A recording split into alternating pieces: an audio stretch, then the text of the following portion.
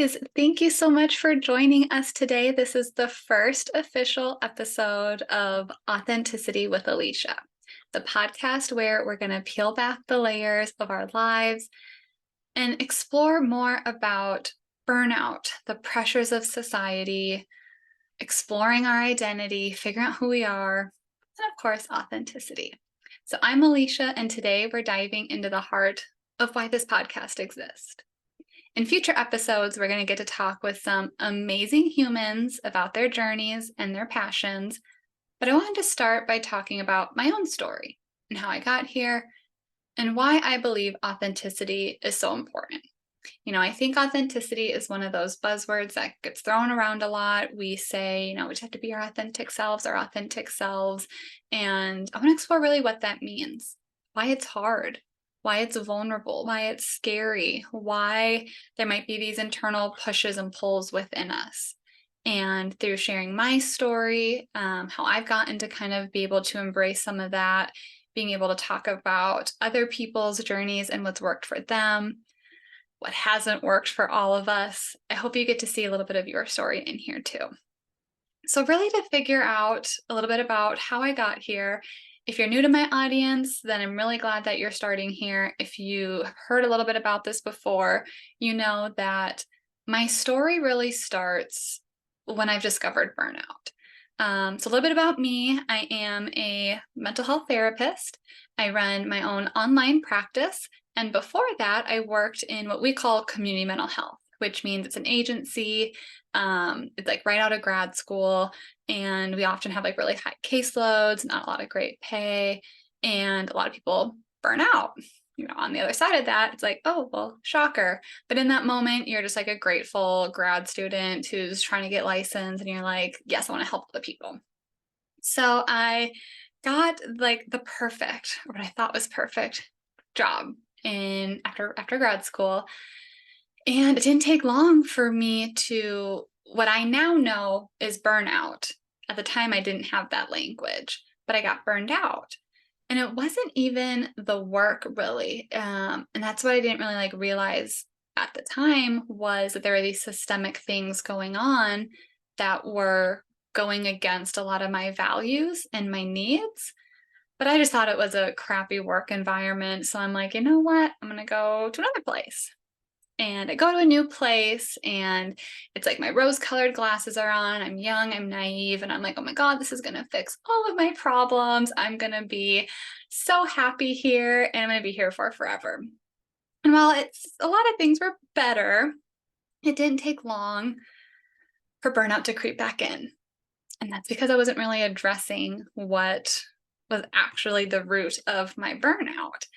And so again, hindsight is 2020, so I know a lot of things differently now than I know then, but my brain at that time said, well, this is a you issue, Alicia. You've worked at 2 different places now, and you're just can't keep up with the demands. I think you're just not cut out to be a therapist. And, at that time I was like, yeah, maybe my brain is right. Maybe other people can do it, and I just can't keep job hopping. So maybe it's time for me to leave this field. And that thought rattled my world, because another thing about me is I'm a very achievement-based person. So I got the good grades, I got into college, I did well in grad school, I was working on my hours, on track for all these things. And to suddenly say, hey, all this work that I did, this plan that I had for myself, I was rattled at, well, what does this mean about me? Imposter syndrome flooded. I felt inadequate. I questioned my identity. I was like, oh my gosh, what does this mean about me? Am I a quitter? Am I giving up? And guilt and shame and all these big emotions were creeping in. And then COVID happened, and everything moved online. And that was also around the time that I got licensed. And so I had a little bit more freedom to kind of start my own practice and do some things on the side. And so I was doing that. It's just to kind of one final thing before I really was like, yeah, I need to leave this field. Um, and I ended up thriving. When I was out of the work environments that were draining me, I realized that I actually was a good therapist. I realized that the environments were not allowing me to be my authentic self. And I don't even think I knew at that time that that authenticity was the piece that I was needing.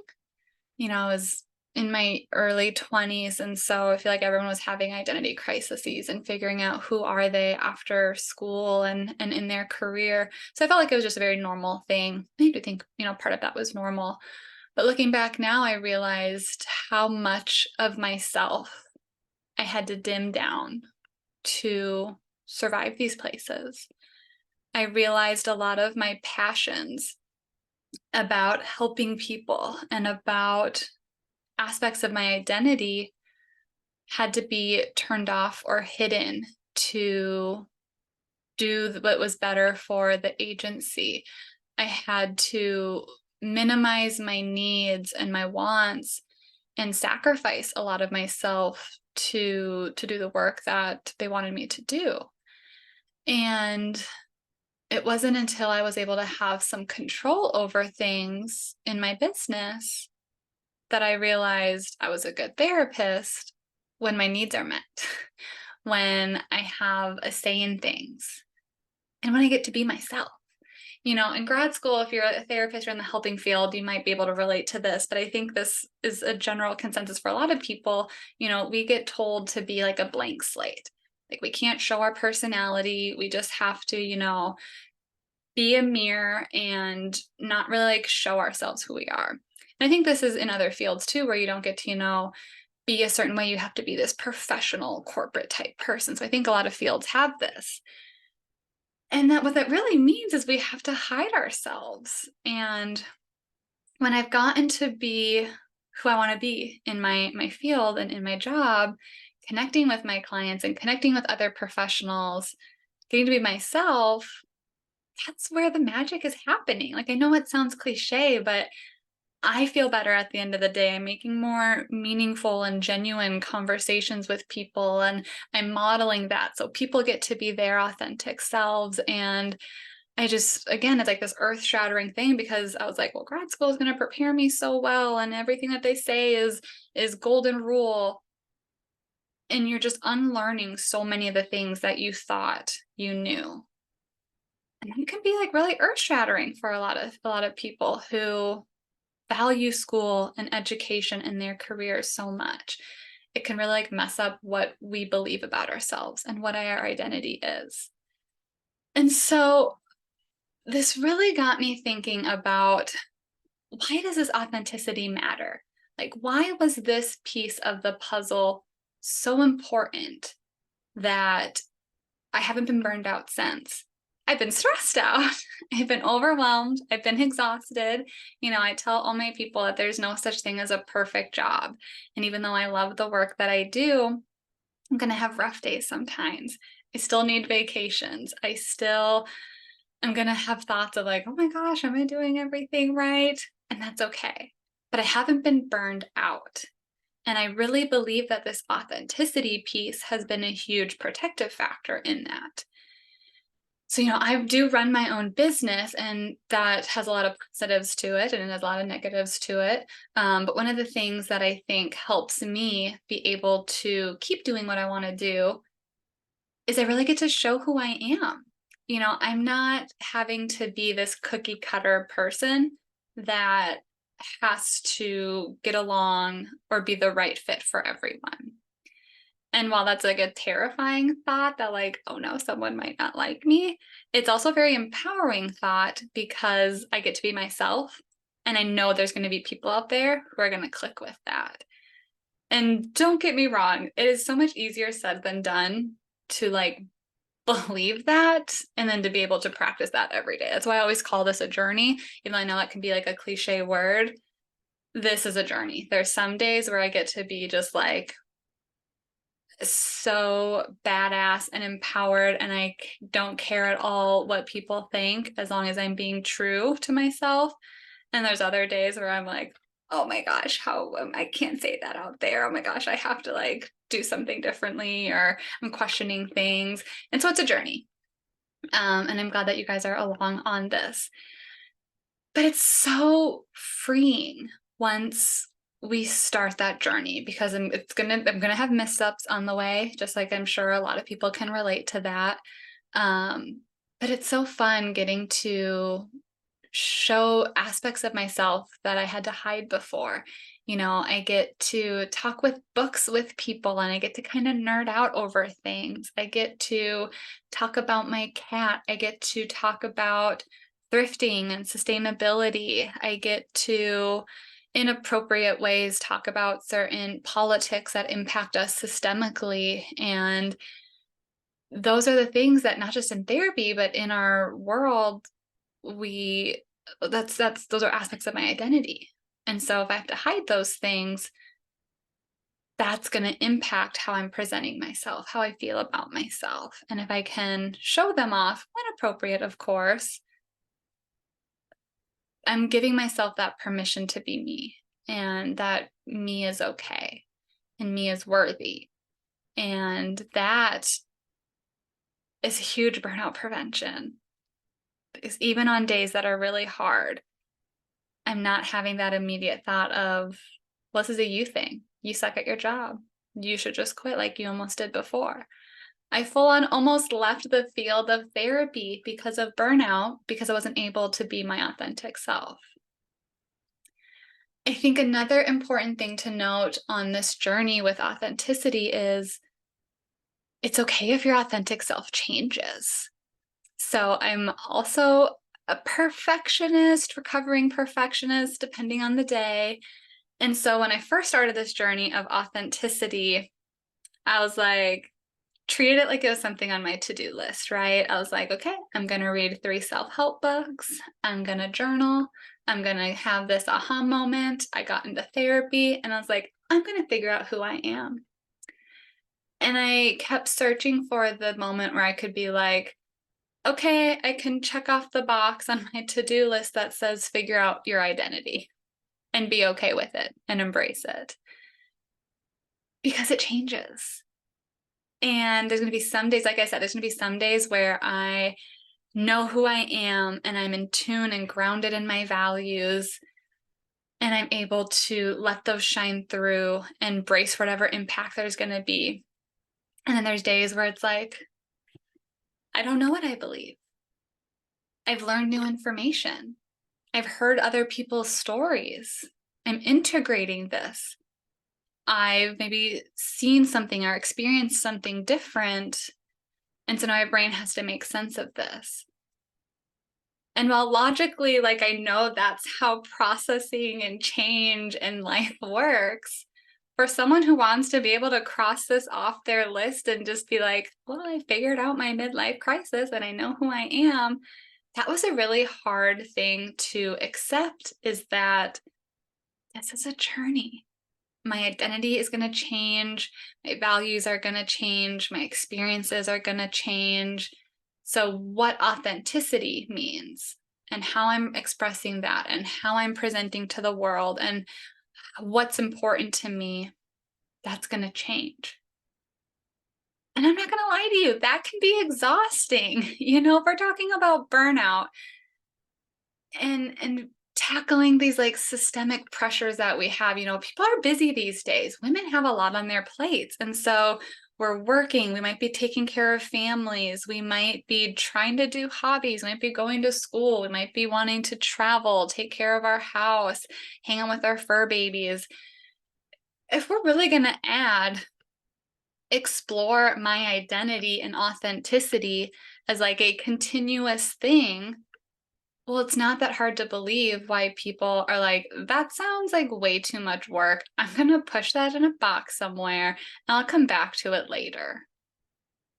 And honestly, I'm not going to lie to you, that's not a bad idea once in a while.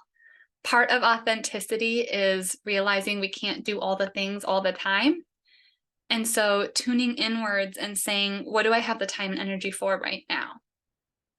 What are my expectations? What are my priorities? And so we can lean into some of those things. Now, the caveat is if we never come back to those other things, they have a sneaky way of kind of coming out regardless if we want them to or not.